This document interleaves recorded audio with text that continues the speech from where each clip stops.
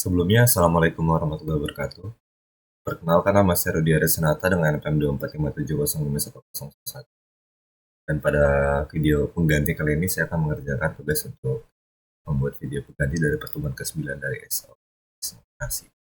Di mana materi dari tugas video ini itu adalah pengenalan tentang latex.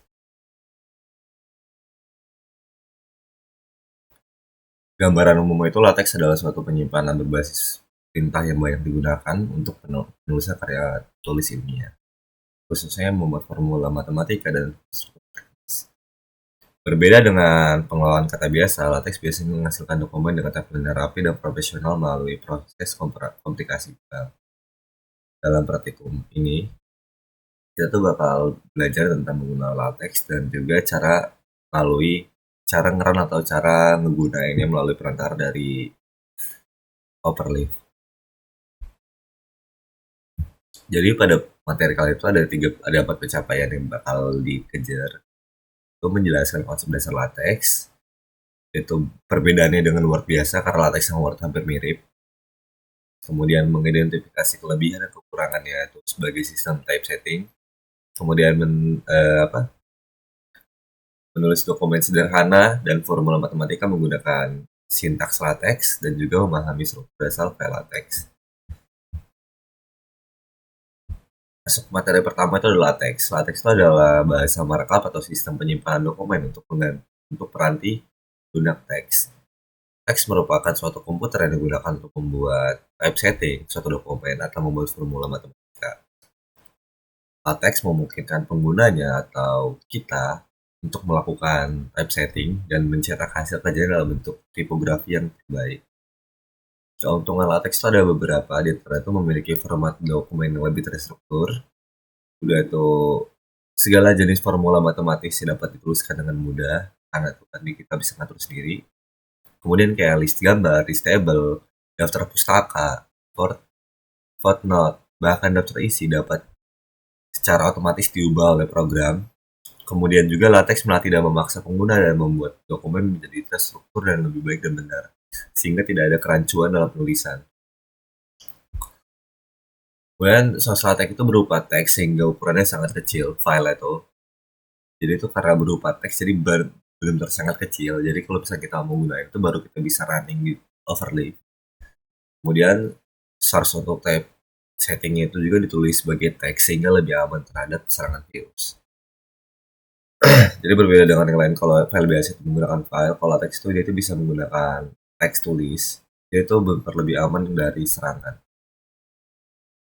Cuman ada kerugiannya juga kalau penggunaan latex. Beberapa kerugian latex itu diantaranya kayak sangat sulit untuk menuliskan dokumen yang tidak terstruktur, memerlukan kecerdasan manusia kita sebagai penggunanya. Kemudian ada struktur latex. Latex itu struktur dasar latex struktur data pada latex itu terdapat problem body.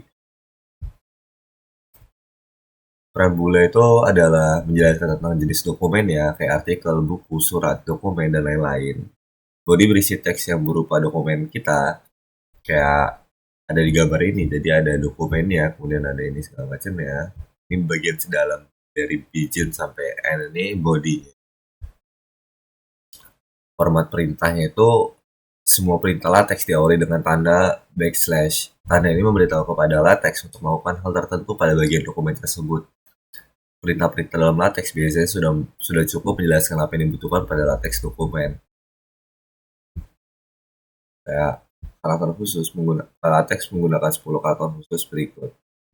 Rumus matematika dilambangkan dengan dolar, pembatasan kolom table dilambangkan dengan dan, komentar dilambangkan dengan persenan, kemudian substitusi parameter dalam perintah makro itu dilambangkan dengan pagar, kemudian ada kur awal itu yang melambangkan awal blok, dan itu akhirnya melambangkan akhir blok, kemudian ada di atasnya tab itu melambangkan hard space, kemudian ada underscore itu melambangkan subscript, kemudian ada untuk bagian pangkat tuh kayak superscript semua sekarang itu melambangkan awal perintah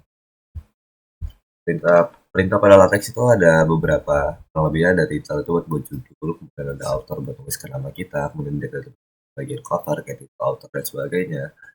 Kemudian ada new page itu buat membuat halaman baru, kemudian ada paragraf yang membuat paragraf, kemudian ada selection yang membuat judul heading, kemudian ada line baru, kemudian ada line bawah, dan juga text rating.